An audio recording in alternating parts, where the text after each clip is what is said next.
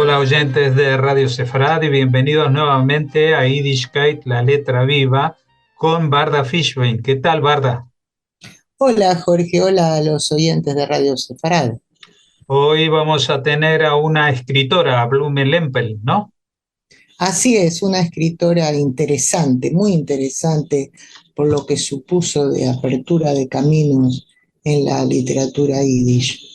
Una autora que se llama Blume Lempel, que nació en 1910, o sea, en el siglo XX, en una localidad que entonces se llamaba Jorostkov y que ahora pertenece a Ucrania y el nombre se ha adaptado a la lengua de ese país como Korostkiv.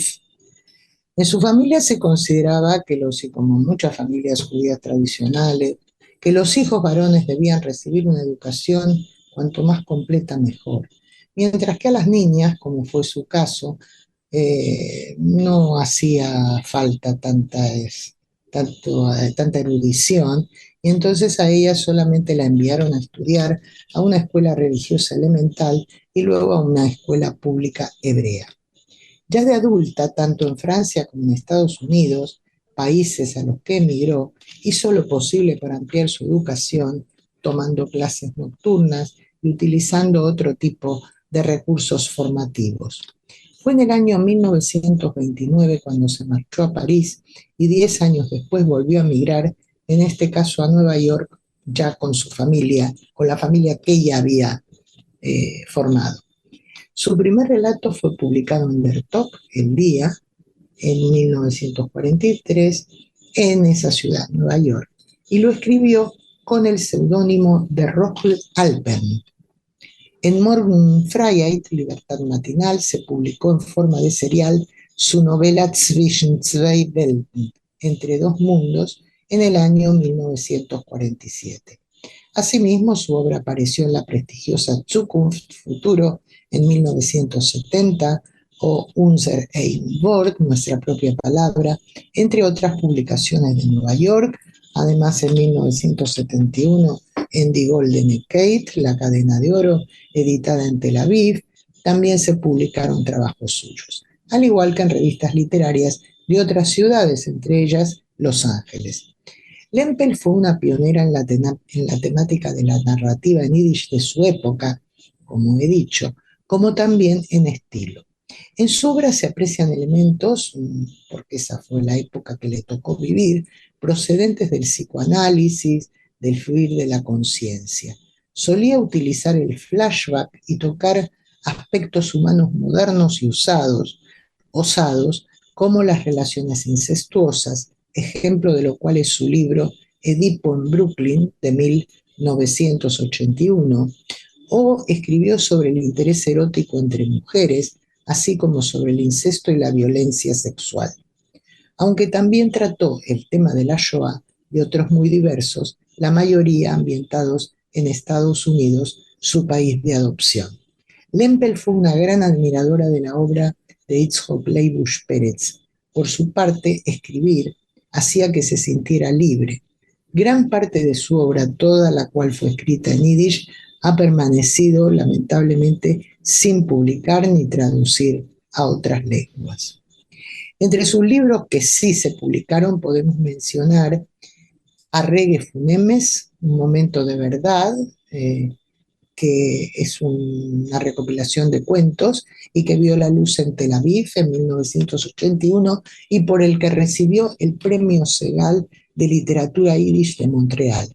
Y en la misma ciudad israelí se publicó también Balade Funacholem, Balada de un sueño, en 1986, también una recopilación de relatos. Blume-Lempel recibió asimismo el premio Atran en 1985 y el premio Shidlovsky en 1989. Esta autora falleció en Nueva York en el año 1999, o sea, hace 25 años nada más. El relato que vamos a conocer hoy está incluido en el volumen ya citado Arregue Funemes, Un momento de verdad, y se titula Der erster Kuss, el primer beso. Durante toda la noche, fabulosas olas marinas me habían mantenido en tensión. Él y yo estamos nadando juntos. El mar yace plano, bien extendido como una colcha de seda estirada sobre una cama tendida. Yo a él no lo veo, siento su cercanía desde su aislado refugio por el ritmo de la ola del mar que siento a mi lado. Por encima, en la superficie azul, nos acechan unos pájaros con picos como espadas. Patrullan a la orilla del mar. Tengo también un ojo puesto en el horizonte, simplemente por costumbre. Desde lejos veo cómo el mar se curva, la colcha se levanta, se redondea y la abombada barriga se convierte en una montaña. Y la montaña a su vez se convierte en una pared. La pared no crece de forma pareja, sino arqueada como una bóveda. Se eleva por encima del horizonte hacia lo alto, hacia el cielo. Se inclina sobre sí misma en un semicírculo como una cúpula. Debajo de la cúpula, el mar está liso, exhausto. Al fondo se ven veleros blancos. Los pájaros con los picos como espadas agitan las alas. Yo quiero huir, pero no veo la orilla. Cabalgo sobre el revés de una ola que me viene de frente. Sobre la superficie desnuda del mar vagan esqueletos. Oigo la voz de él por encima del ruido del mar. Me esfuerzo por alcanzarlo, pero caigo. De nuevo estoy nadando cerca de la costa. De nuevo el mar está en calma. Estoy sola. No sé si estoy nadando hacia adelante o hacia atrás. Mis ojos buscan un signo distintivo, una señal geográfica donde anclar la mirada. El aire es claro y puedo ver a mucha distancia. Veo el mar, el cielo y la orilla de piedra. La orilla está desierta, sin pájaros, sin gente, ni una sola planta, ningún signo de vida. Una línea roja de luz orla el horizonte. No sé si es la aurora o el ocaso. Y mientras estoy pensando eso, veo la estatua de la libertad con la antorcha en la mano. De la antorcha surge una humareda negra. La humareda no zigzaguea, asciende hacia el cielo como un cohete sin vestigio de llama. El hombro que sostiene la antorcha es masculino, musculado. Veo su recio cuello, la nuca elástica que con determinación le brinda la fuerza para lanzar desde el hombro el cohete hacia el sol. El proyectil asciende a una velocidad temible. Cuando da en el blanco, el sol se disuelve. Fantásticos fuegos artificiales en forma de un hongo me impiden la visión. El hongo crece, se abre como un paraguas abierto. La parte de abajo del paraguas suelta lava, lava negra sin llama. La lava se vuelca desde un cañón negro. El calor quita el aliento. En el sueño recuerdo que la lava sale de la tierra. Cuando viene del cielo es un tornado. Yo sé que un tornado tiene una fuerza propulsora que aniquila todo lo que se interpone en su camino. Busco un lugar donde esconderme, pero el tornado ya lo ha borrado todo. No está la estatua, no está la antorcha, ni la humareda. Abro los ojos y ya se ve la claridad del día. El sol está alumbrando con todos sus rayos el tejado rojo de mi vecina. A través de la ventana abierta mi manzano me observa. Una suave brisa mueve sus ramas. Lo miro y veo que entre las hojas verdes asoma una rosa roja. ¿Qué hace una rosa en un manzano? Pienso. Solamente puede ocurrir en un sueño. Asomo la cabeza al exterior y me froto los ojos. No, no es una rosa. Es un pájaro rojo, un cardenal que se ha posado en mi árbol. Un importante y bienvenido invitado. A un invitado como este se le debe respeto. Un pájaro rojo es una buena señal. Yo creo en señales, pronósticos y sueños. Creo en pájaros rojos y en pájaros azules e incluso en los negros. Tras una noche de pesadillas, en una mañana soleada, un pájaro rojo encima del árbol es un buen presagio. Puede significar una carta que viene de lejos, una carta escrita con tinta roja.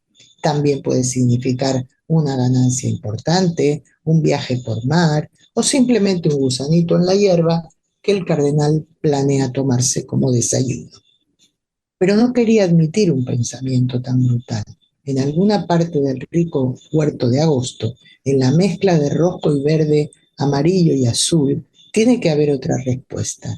Y si no en mi huerto, quizás al otro lado de la cerca, en el de mi vecina. La naturaleza no sabe de fronteras. El dorado gladiolo que plantó ella estiró su esbelto cuello hasta sobrepasar la puntiaguda barrera y buscar en tierra de nadie una salida para él solo. Un poco más allá de la terraza de mi vecina, veo una materia blanca, e incluso antes de saber lo que estaba viendo, el corazón me indicó la desgracia. El pequeño cuenco de leche en la terraza de mi vecina hablaba por sí mismo. Yo sabía que ella no era un amante de los animales. Mi gato, dije cogiéndome la cabeza. Salí fuera y empecé a llamar. Gatito, gatito. El gatito no estaba. Habitualmente me espera sentado pacientemente en el primer escalón hasta que le traigo su comida. Yo sé que mi vecina odia a los gatos, también odia a los perros, a las ardillas que arañan su césped con las uñas y dice que hasta los pájaros son una desgracia. Dejan huellas en las sillas que tiene en el jardín, picotean las semillas que ella siembra. Mi agitación va creciendo. La mitad de la leche que había en el cuenquito ya se ha consumido. Un escalofrío recorre mi cuerpo. Me quedo quieta en medio del patio. No se mueve ni una hoja. Los girasoles están pensativos con sus corolas abiertas de cara al sol. Busco con los ojos entre los arbustos. Voy vagando de mata en mata y mi marido y mi mirada se queda fija en un trozo blanco de pelo que está echado en un rojo lecho de flores. Ya no sigo dándome prisa. Me acerco despacio, rozo el blanco pelo de mi gato que está echado rígido, sin vida, y que, como ya no había más que decir, tomé el floreado pañuelo de mi cabeza, envolví el entumecido cuerpo y lo enterré debajo del manzano, debajo de la rama donde el pájaro rojo se había posado antes. Que el pájaro rojo te alumbre como una vela de aniversario, digo, y tal como lo dije, recordé que hoy es 18 de agosto. 30 años atrás, él estaba así echado en una calle de Lyon. Así estuvo echado durante 24 horas enteras hasta que llegó el Ejército de Liberación Americano y le dio sepultura. Entré en casa y dejé al sol afuera. No quería mirar las manzanas maduras de mi árbol, ni el azul del cielo, ni la floración de la tierra. Me dirigí a otra realidad, a la realidad que yo misma había creado. Los cuadros en la pared, los muebles, las lámparas, la gran cama de matrimonio. Bajo la colcha de seda de la cama se dibuja la esculpida figura de mi marido. Su sólido cuerpo se adapta como el molde de una armadura. Estoy de pie y miro con un poco de miedo, un poco perpleja, como si estuviera esperando oír el tono de burla con el que acompaña todas sus palabras. Mi marido tiene que bregar con sus propios demonios. Cuanto más queremos enterrarlos, más se interponen en nuestro camino. Se reparten la cama, llenan la vivienda, el aire que respiramos. A mí me fue destinado disfrutar del sabor del amor precisamente en aquella época del Holocausto, encender la antorcha que ahuma sin llama. Mi pensamiento se vuelve a las pesadillas nocturnas, la ola abovedada sobre mi cabeza, como un negro velo de luto sobre la encorvada espalda de una viuda. No veo el árbol en mi huerto. Ramas delgadas, rotas por el viento, se esparcen a sus pies. Yo junto las ramas como en un rito sacerdotal, las despliego sobre mi corazón, como sobre un altar.